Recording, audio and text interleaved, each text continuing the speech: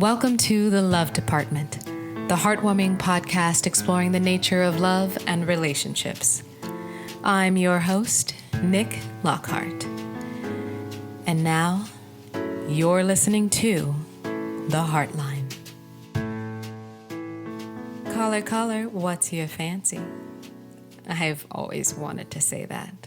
Since I can remember, I've always really admired talk show hosts and radio hosts, particularly the ones that remind us that we're all connected and we share some kind of story, even if we've never met each other. Just there's power in hearing the stories of other people. When it comes to relationships, I, for one, learned so much from these couples, and the HeartLine is the place where we can get a little bit more insight, and not just from the couples that I sit down and talk to, but from you. I want to hear from you. What is going on in your love department? Tell me everything. I want to know. Think of me as your best girlfriend. Think of me as your part-time therapist, your matchmaker, your Cupid. I am here for the stories, okay? So if you would like to contribute, you can head on over to our website, www.love-department.com, and leave us a voicemail. There is an easy link there. It could be short, it could be long, it could be funny, it could be heartbreaking. This is really your place to air it out. And don't worry, we'll keep it anonymous, unless you'd like us to share. Now remember, I am not a professional. I certainly don't know all the details of these situations or these stories, but I am here to listen. And if you're asking, to offer a little advice. All right, so up first, we have a love bug who has reconnected with her oldest crush. Wow. This has already got my attention. So she says they met in elementary school and they used to reenact Titanic together. Oh my gosh. All right. I'm going to stop right now and play this immediately. You're on the HeartLine. I want to tell you guys about how I reconnected with my oldest crush, Daniel. We met in elementary school, and he was the only boy who would play Titanic with me on the playground.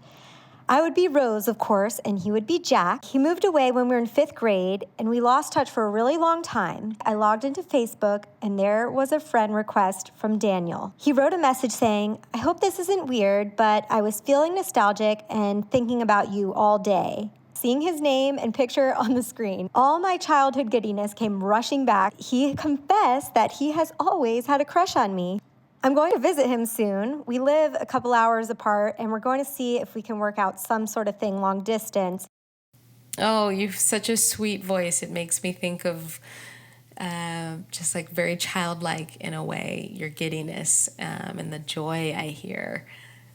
There's that little spark, right? There's that something I hear in your voice that makes me really hopeful that this trip could be the start of your next great love story, or maybe just continue the one that you've been living in for the past couple of years, it sounds like.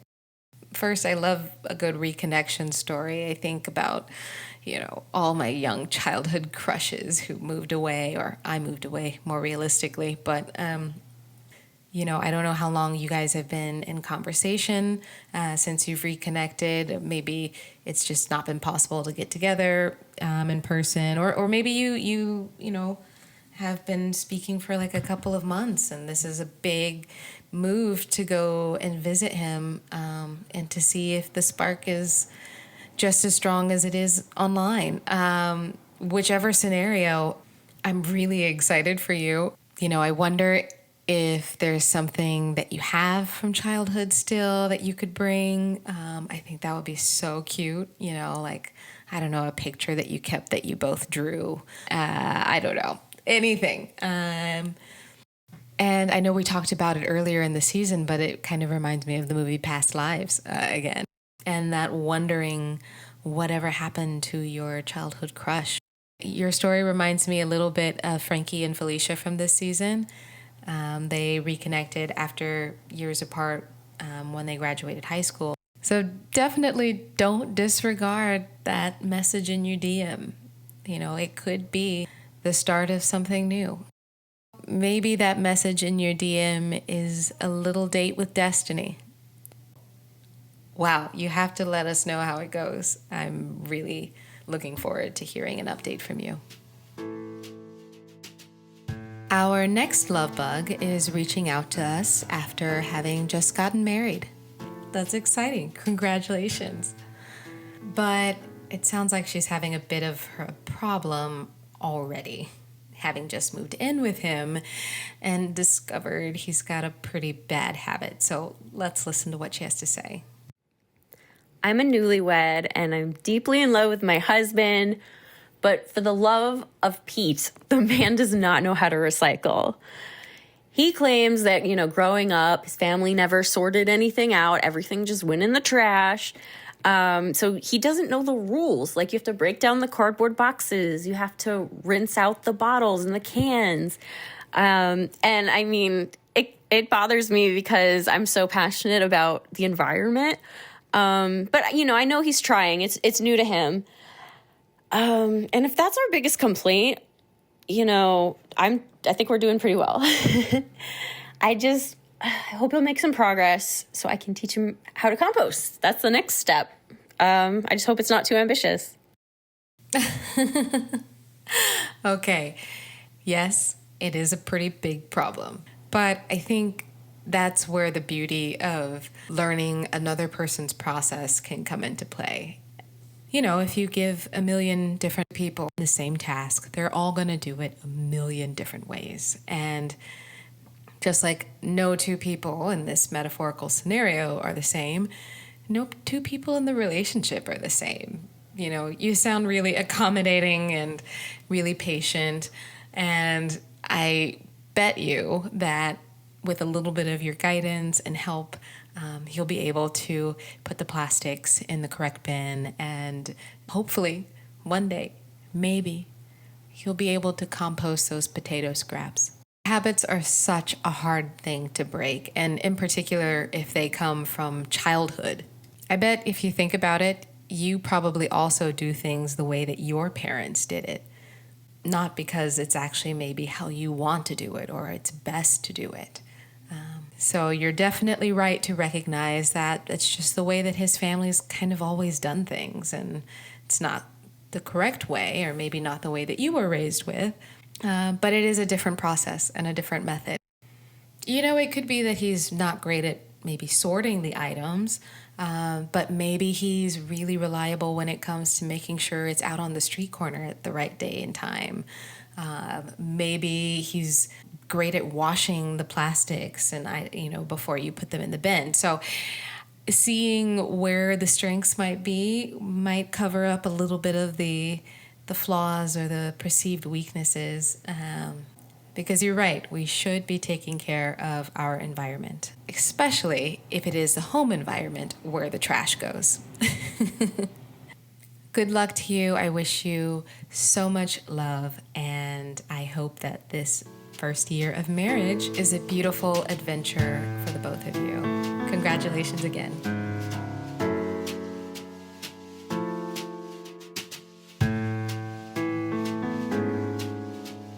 All right. So while we're on the topic of weddings, this next love bug is really stressed. She's coming to us with a debacle about writing her wedding vows. That sounds like a problem that I definitely can help with. So let's hear from her. I'm getting married in a few months, which is awesome, but I'm a bit stressed out because my fiance asked if we could write personalized vows to each other. There's so much I could say about him. I'm having a hard time narrowing it down. Meanwhile, he hasn't told me anything about his vows, and if mine end up being really sentimental and cute, and then his is silly and casual, it's going to be so embarrassing. I already have, I think, 20 handwritten pages, and I'm afraid I'm just going to bore everyone on this hot July wedding. I guess I have the rest of my life to tell him all these things. I just have to keep it simple for the actual wedding. Wish me luck. Okay, deep breaths. You can do this. You are not alone. So many people experience writer's block when it comes to their wedding vows. So just know this is a totally normal occurrence. It is incredibly intimidating to get up there in front of your family, your friends, your coworkers sometimes, everybody that basically loves you, and tell another person that you love them. This is probably one of the most important speeches that you will give in your life. I mean, even if you're eloping and it's just the two of you in the middle of the woods, it's still a really important moment. And, you know, it's something that I can totally understand you being really nervous about. It's natural. You know, when it comes to being inspired and figuring out what to write and what you want to say, I think my approach has always been to do what comes naturally to you. If you're not great with your words on paper, maybe you know just the right song to play at that moment and you can keep your speech really short. Or maybe you're not great with pen and paper, but maybe you can talk out loud, get a recorder and just kind of feel your way through the words a bit like I do on this podcast sometimes. When it comes to the content of your vows, if you are together this light-hearted, jokey, silly, goofy pair, maybe switch it up and go for the more heartfelt and deeper vows. If you are typically pretty practical and serious and romantic and maybe the wedding is more of an elegant affair, I think that's when you switch it up and you hit them with the inside jokes. Maybe play a little prank. Another key thing I would do is think about your relationship. It should hold a certain intimacy because it really is just between you and your partner. It's a moment for you to not just say the things that you love about the person, which sounds like you could go on and on and on about. Vows are actually meant to be promises. They're meant to be these goals that we set forth before, our loved ones, our beloved, and in some cases our God. They're meant to be that exchange of promises for the future. In some cases, those can be really silly. I promise not to leave the toilet seat up. But in other cases, they can be deeply meaningful. I promise to always hold your hand in the darkest of days and the lightest of moments. I think finding 5 or 6 key promises that you would like to make to him. Vows aside, what are promises that you want to make to your partner? So just pick 5 or 6, and those 5 or 6 things after the day of the wedding, try to just remember to keep them. It'll be 5 minutes of you being up there giving this proclamation that it really is a lifetime of commitment. And so don't want to put too much pressure on you. But when you stand up there in front of your family and friends, just know that these words aren't just words. They're a lifetime of promises. One word of advice, I would also stay away from having ChatGPT help you out on this one. If you've got a little bit of time, don't wait to the last minute either. It's okay to write a draft or two, several drafts. I wouldn't suggest 20 pages, but I think, revision and editing are beautiful tools that I use as a writer all the time. And also repetition. Have a friend listen to them ahead of time. You can practice in the mirror. You can voice record yourself. There's so many tools to kind of help you feel a little bit more confident when you are preparing for this big moment. You didn't particularly mention if stage fright was a part of this, but public speaking is a really common fear. And if you are really nervous about speaking in front of people in general, I would suggest especially this kind of repetition method, so that when you get up there, even if you make a mistake, you're able to recover, and you also just feel much more, comfortable. So don't worry, okay? You've already done a hard thing. You found love. You found someone you wanted to spend the rest of your life with. It doesn't matter what they're going to say on that day. Just say what you have to say, what you want to say.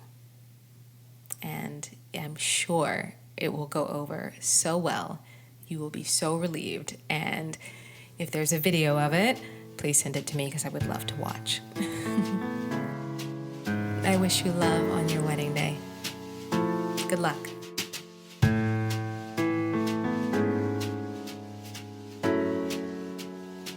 Let's take one more. How about that? No, two. Okay, let's take two more. And this next one is also looking for a little advice. He says his relationship is going really strong, and they've been together for almost 5 years, 4.5 years. And there's a little disagreement that keeps coming up about a tattoo. Ooh, this sounds good. I can't wait to listen. Yeah, so my girlfriend's amazing. Our relationship is really strong. We've been together for, I think, 4.5 years now. Really strong, good. But we have one disagreement that keeps coming up, and it's really silly, but it's actually kind of starting to be an issue, and I need to figure it out. So yeah, she really wants to get matching tats. Yeah, like permanent ink on our bodies that match. But I'm kind of like a little weary of that, like kind of superstitious. I don't know. I'm just scared. I feel like it'll kind of like be a jinx. You know what I mean? Like as soon as we get them, we'll break up like the next day just because of cosmic irony and Murphy's Law. She keeps telling me how ridiculous that is, but I can't get the thought out of my head. And because I really keep thinking about Johnny Depp when he was married to Winona Ryder back in the 90s, and he got a tattoo that said Winona Forever. You've probably heard about this. And then they broke up, and he changed it to Wino Forever, which is kind of awesome, but also kind of sad. But I guess he's doing just fine in his cologne commercials. I'm trying to convince her to get like matching jewelry or something, or maybe like I'm with stupid t-shirt, and mine can say stupid and hers can say I'm with stupid, but she really wants to get tattoos. We've been going back and forth about this for months now, and I'm not sure what to do. Should I just please her and suck it up and get the tattoo? I don't know. Help me. You didn't mention if you yourself have other tattoos already. Maybe in her mind it's not that big of a deal. Maybe you both already have tattoos. Or maybe it's something that you would do for the first time, and it's really, as you said, it's a little bit permanent. Well, it's a lot permanent. The idea of permanence can be really scary, especially, if you're unsure about the commitment in any way. But you said you've been together for 4.5 years nearly, and I think that in and of itself is a pretty big commitment to one person. So it doesn't sound like you have any issues when it comes to committing. I actually have one tattoo, and I told myself I would be one and done. It is the number 13, which some people might consider a jinx. For me, it means so much. My mother is the youngest of 13 children. I was also born on the 13th, and I also just believe you make your own luck, that I'm an incredibly lucky person. So I don't know, maybe that's my roundabout way of saying I don't think it's going to be a jinx. We could all learn, of course, from Johnny Depp, but maybe it's not her name getting tattooed across your chest. Maybe it's something more symbolic, right? Something maybe a bit more minimal, or, that only the two of you really know is there. It could be something like that. But I also have to wonder, what is it that is behind her wanting to have these tattoos? Because it sounds like something that she really has her heart set on and would like you to do together. Oftentimes, it doesn't just come from a flippant desire, right? Like, we want the things we want because intrinsically we know, or we're seeking some kind of fulfillment from that thing and having that. So I wonder if there is something to her wanting perhaps a deeper commitment from you. I'm not sure where you guys stand on marriage or if you've talked about that, but it could be that the tattoo is representative of something bigger for her. And if you haven't made any commitments to further your relationship or to do anything on a deeper level, this could just be her way of saying, I want you to know that I'm committed, and I want to know that you're committed too. But I do like your idea of like permanent jewelry. It does sound to me like your partner wants something physical on her body that always is with her and always is with you. So permanent jewelry and I think tattoos fall into that category. I don't think I would ever get a tattoo with my partner, but I think if we did, I do have an idea what I would want. But as I said, I'm a one tattoo and done kind of girl. I hope that whatever you do decide to do, you both end up with something that you don't regret, that you feel super happy about, and who knows, maybe brings you deeper into commitment with each other. I wish you love.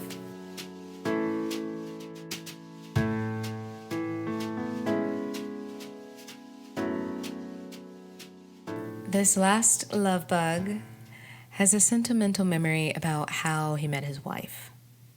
And they've been together 6 years now. And I'm told we might need a few tissues for this one. So if you're sentimental at all, get ready. I love the story of how my wife and I met. I randomly decided to go to the Museum of Modern Art one Saturday when I had nothing else to do. And she had just moved to New York and made a pilgrimage to the museum specifically to see Van Gogh's Starry Night. And I'm walking through the gallery and I hear this sound of someone sobbing. And it was her. So just completely moved by seeing her favorite painting that she literally became just overwhelmed with emotion. And I thought it was just so endearing that I went up to her and I chatted her up about art. And she was really kind of embarrassed for crying, but I told her that she was a cute crier. And yeah, and now we've been married for 6 years, and we still have a print of Starry Night hanging in our living room as a reminder of how we came together. Okay, I'm not crying, you're crying. I love hearing this story. I am definitely known to cry at any sentimental or tear-jerking moment, so it sounds like your wife and I would be very good friends. Seeing art in person can be so moving and so beautiful and touching, and there's nothing more that I love than to spend time in a gallery just staring and looking. And it sounds like you caught her in a moment that she was just truly vulnerable, but also to you beautiful. It's crazy. The story doesn't even seem real. I really like that you put the print of The Starry Night by Van Gogh over your wall in the living room, it sounds like. I gotta say, I know you didn't ask for any advice, but feng shui tells me that it might be a good idea to move that into the bedroom. Putting objects like that have that sentimental value in that story may, who knows, cause you to dream again or reignite something because it's, I don't know, feng shuied. Wow, it sounds like your relationship really started off in a beautiful and romantic way.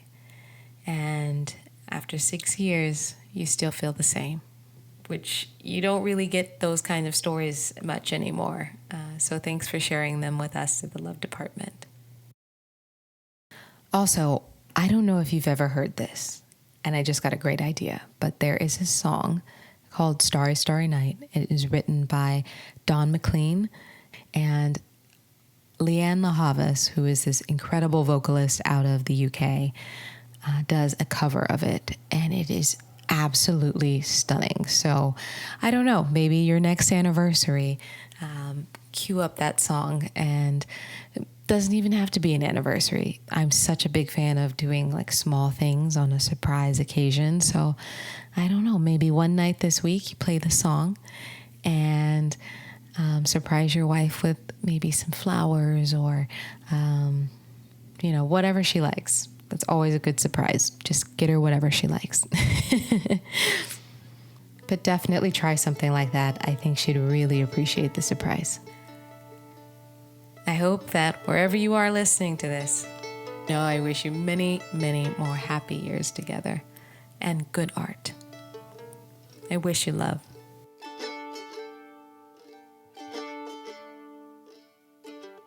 Well, I hope you have enjoyed listening to a few messages from our HeartLine. As I mentioned in the beginning of the episode, if you would like to write in, to call, to have us answer any questions or give great advice, we're here. We are here and we are ready to listen. So head on over to love-department.com and leave us a message. We can't wait to hear from you.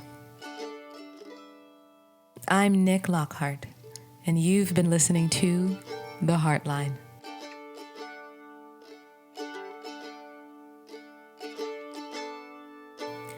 Thanks for listening to The Love Department this week.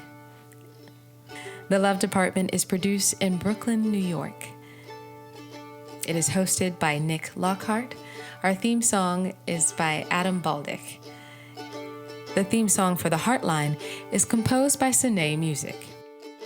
A special thank you to Samantha Siberini and Jordan Haywood for their help on this episode. A special thank you to all of our love bugs for coming on and for sharing their stories with us. You made me laugh. You made me cry. And I can't wait to hear whatever gems we find next on our HeartLine. While you're on our website, you'll also find our shop where you can get some great TLD swag. I'm really partial to the sweatshirts and the baseball cap. Every purchase made goes directly to supporting this independent production. And make sure you follow us on Instagram. I'll put the link to that in our show notes. Okay, ready for the 4 count? Hand on your heart.